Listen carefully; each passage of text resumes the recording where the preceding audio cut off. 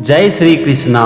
आज हम समझेंगे श्रीमद् भगवद गीता के 5वें अध्याय का 24वां श्लोक। यहाँ पर भगवान श्री कृष्ण अर्जुन से कहते हैं, योऽन्तः सुखोऽन्तरा रामः तथान्तर ज्योतिरेव यः सो योगी ब्रह्म निर्वाणम ब्रह्म भूतोऽधिगच्छति।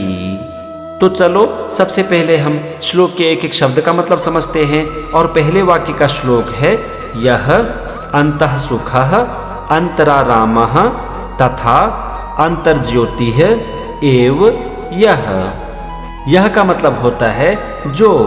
अंतः सुख मतलब अंतरात्मा में ही सुख वाला है। अंतरारामः मतलब आत्मा में ही रमन करने वाला है।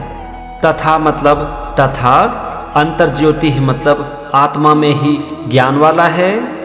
तो यहाँ पर पहले वाक्य का मतलब हो गया, जो निश्चय करके आत्मा में ही सुख वाला है, आत्मा में ही रमन करने वाला है तथा आत्मा में ही ज्ञान वाला है।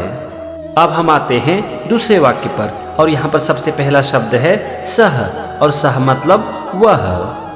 फिर है योगी, और योगी का मतलब योगी। इसके बाद है ब्रह्म निर्वाणम, और इसका मतलब होता है शांत ब्रह्म को। फिर अंतिम शब्द है ब्रह्म भूतोऽधिगच्छति।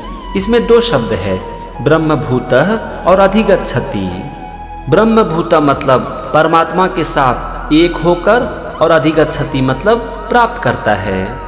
अब यहाँ पर आप देखो, दूसरे वाक्य का मतलब हो गया, वह योगी परमात्मा के साथ एक होकर शांत ब्रह्म को प्राप्त करता है।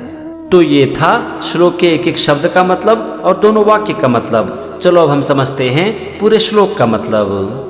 भगवान श्री कृष्ण अर्जुन से कहते हैं कि हे अर्जुन, जो निश्चय करके आत्मा में ही सुखी रहता है, आत्मा में ही रमन करता है और आत्मा में रहकर ही ज्ञान को प्राप्त कर लेता है, ऐसे योगी परमात्मा के साथ एक होकर शांत ब्रह्म को प्राप्त कर लेता है। कहने का यहाँ पर मतलब हुआ कि जो पुरुष अपनी आत्मा में स्थित रहता है, सुखी रहता है और ज्ञान को प्राप्त कर लेता है, ऐसे लोग योगी कहलाते हैं और वो परमात्मा के साथ एक होकर परम शांति को प्राप्त कर लेते हैं। ये था श्रीमद् भगवद गीता के 5वें अध्याय का 24वां श्लोक, और उसका मतलब अगले एपिसोड में हम समझेंगे 25वें श्लोक को। तब तक के लिए जय श्री कृष्णा।